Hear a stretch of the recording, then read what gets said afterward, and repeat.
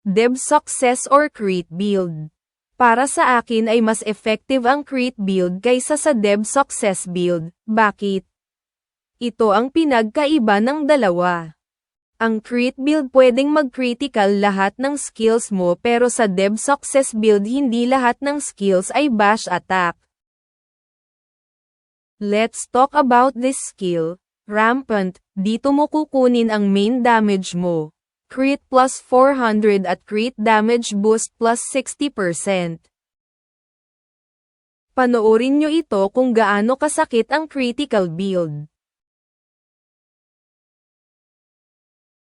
Kahit di humilo skills mo ay kaya mo mang burst ng kalaban basta lahat ng skills mo ay mag-critical.